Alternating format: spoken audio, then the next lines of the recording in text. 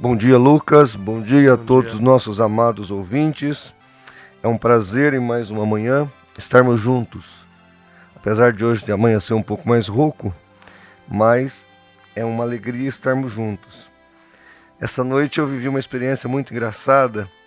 Eu fui dormir e aí eu gosto de dormir com algum barulhinho, né? A gente vai ficando velho, começa a ter essas manias. Aí eu fui lá no celular, no YouTube, peguei lá som de chuva. Coloquei o celular, liguei o som de chuva, deitei com o barulhinho de som de chuva. Passou um tempo, sei lá, uma meia hora, uma hora, eu vi que o barulho tinha aumentado muito. Falei, meu Deus do céu, o celular aqui deu um problema, que o som tá muito alto. Aí eu meio dormindo assim, peguei o celular e desliguei o barulho. E não desligava, eu tentava desligar o celular e não desligava o barulho de chuva. É porque estava chovendo de verdade. Então eu não estava conseguindo identificar que a chuva era verdadeira, mas caiu uma chuva muito boa na noite e com certeza isso deixou a noite de todo mundo mais agradável, né? A chuva é bênção de Deus e Deus manda essa bênção a todos nós gratuitamente para que nós possamos ter a alegria de receber essa chuva. Né? Chuva é sempre bênção.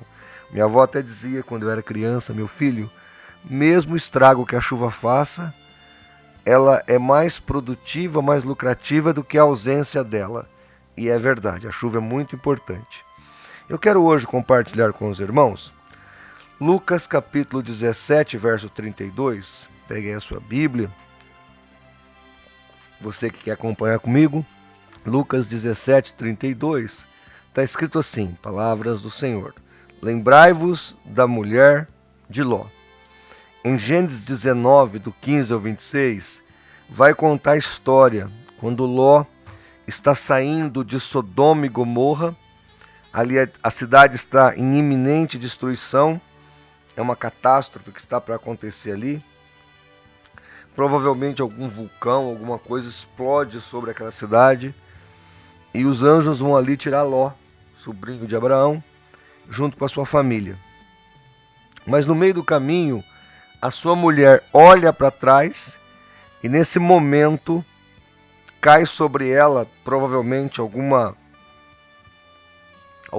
parte dessa erupção e ela se torna numa estátua. Ela é, digamos assim, estatizada ou carbonizada ali por aquele calor, por aquela explosão, né? Provavelmente uma explosão vulcânica.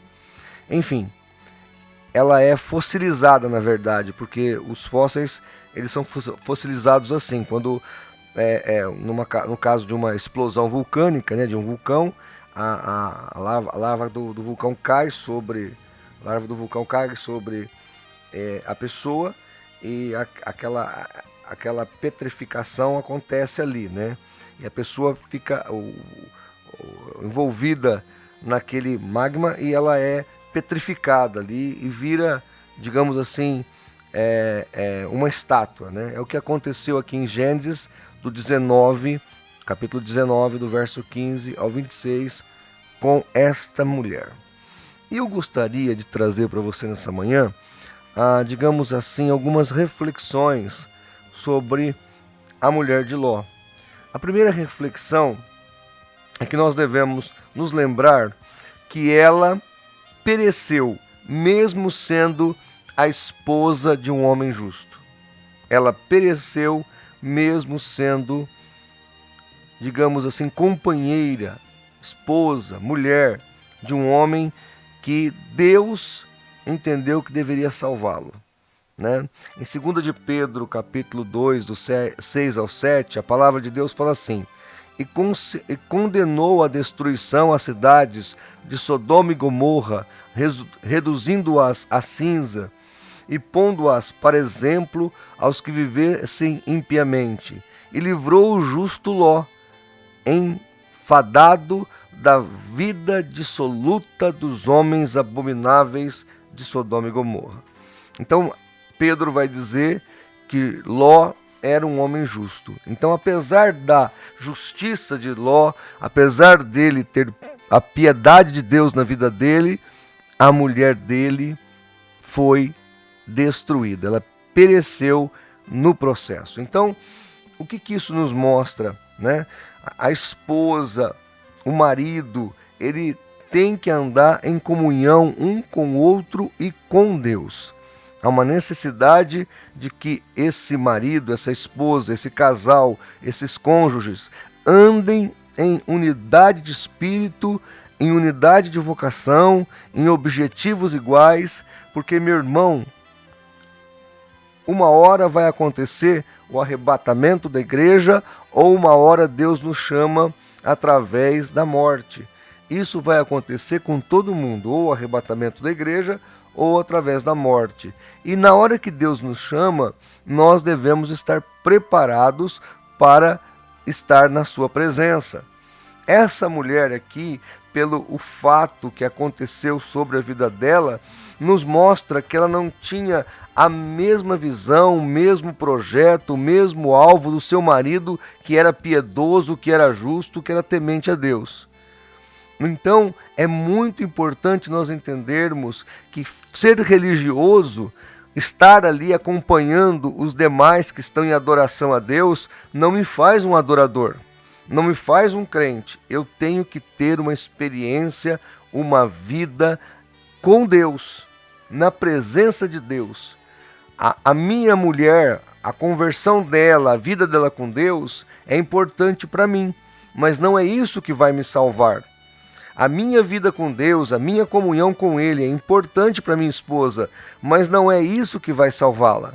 Cada pessoa dentro da família, apesar de ser abençoado pelo companheiro, companheira, ou pelos filhos, ou pelos pais que são tementes a Deus, há uma necessidade de cada um ter a sua comunhão com Deus, cada um andar na presença de Deus, porque a salvação, ela é individual. A salvação, ela não é coletiva, ela é individual, é você com Deus, né? Por isso, o Senhor Jesus, nós lemos ontem aqui em Mateus 24, ele fala, um será tomado, outro será deixado. Estarão dois numa cama, estarão dois numa casa, um será tomado, outro será deixado. Então, você precisa não fazer como a mulher de Ló. Essa mulher de Ló, ela não ouviu ou não prestou atenção na palavra de Deus. Ela não teve uma vida com Deus. E naquele momento, quando ela olha para trás, ela é atingida e ela se transforma numa estátua de sal. Segunda lembrança que nós devemos ter, ou segundo ponto que nós devemos observar, é que ela pereceu mesmo sendo avisada do perigo. Os anjos foram até a casa de Ló, conversou com a família, explicou do problema, mostraram para eles que aquelas cidades estavam prestes a serem destruídas, falaram para eles saírem, orientaram para eles não olharem para trás, mas aquela mulher estava com o coração naquele mundo, naquelas circunstâncias. Ela não queria largar a casa, largar a vida que ela tinha em Sodoma e Gomorra. Então, apesar dela ser alertada, orientada sobre o perigo, ela não prestou a devida atenção e caiu e pereceu diante do problema. Então, meu irmão, não adianta você ter informação, não adianta você ter a orientação se você não coloca essa informação em prática. Você tem que processar a informação a ponto de que essa informação seja, digamos assim, factual na sua vida e seja cumprido. Caso contrário, qualquer orientação, qualquer informação que não é praticado ou praticada, essa informação não resulta em nada, não dá resultados. Então foi o que aconteceu com a mulher de Ló. Ela recebeu a informação, ela recebeu a orientação, ela foi avisada, vá, não olhe para trás, mas ela olhou, ela não respeitou o aviso de perigo. Então, meu irmão, tem um inimigo aí fora, a Bíblia alerta sobre o perigo, tome cuidado, fique atento, porque senão você é destruído. Uma terceira lembrança, uma terceira observação aqui nesse caso da mulher de Ló, que nós devemos estar atento, é que, apesar da atitude que a destruiu, ela pereceu olhando para trás.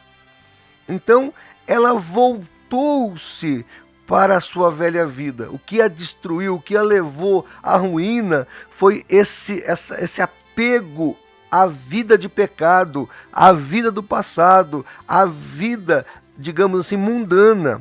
Ela estava apegada ao mundanismo, tá certo? Ela estava apegada ao que ela tinha naquele mundo e ela não queria deixar para trás. Em Hebreus 10:38 está escrito: mas o justo viverá pela fé, e se ele recuar, a minha alma não tem prazer nele. Mas essa mulher, a mulher de Ló, ela recua, ela olha para trás, ela perece porque o coração ainda estava preso às coisas do mundo. Meu querido, nós não podemos ter a nossa vida envolvida ou amarrada ou presa nas coisas mundanas. Nós temos que ter a nossa vida focada em Deus, focada na palavra e não nas coisas que esse mundo possa oferecer. Tem muito crente que não quer nem mais ir para o céu, nem se preocupa mais com a volta de Jesus.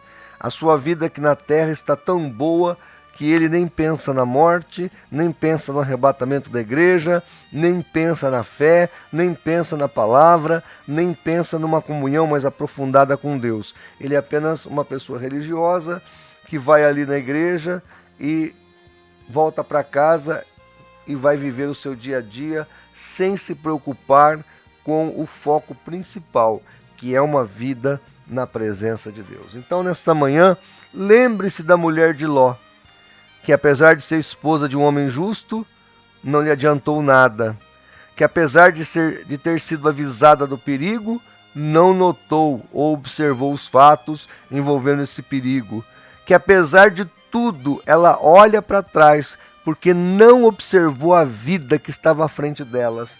Veja, aquela família estava sendo tirada ali por anjos, anjos que representavam a Deus. Então, ela devia estar focada. Meu Deus, se tem um anjo na minha frente, eu vou olhar para onde? Eu vou olhar para o anjo. Deus mandou 2 anjos ali para livrar Ló e a sua família, 2 seres angelicais, espirituais, que liderou a família. Ela tinha que olhar para esses anjos, olhar para as coisas de Deus, olhar para as coisas espirituais, mas mesmo assim olhou para trás e pereceu. Que nós não pereçamos, que nós não olhemos para trás, mas o nosso olhar esteja em Cristo, autor e consumador da nossa fé. Senhor, nosso Deus e Pai, nós oramos por este amado ouvinte, por esta amada ouvinte que está conectado a este programa, ó Deus, e que esta palavra possa trazer vida e vida em abundância ao coração do teu filho, da tua filha, deste amado ouvinte, e que ele possa crescer na graça e no conhecimento de nosso Senhor e Salvador Jesus Cristo. Cobre ele com a tua bênção, dê a ele a tua graça, é o que eu oro e peço em nome de Jesus. Amém.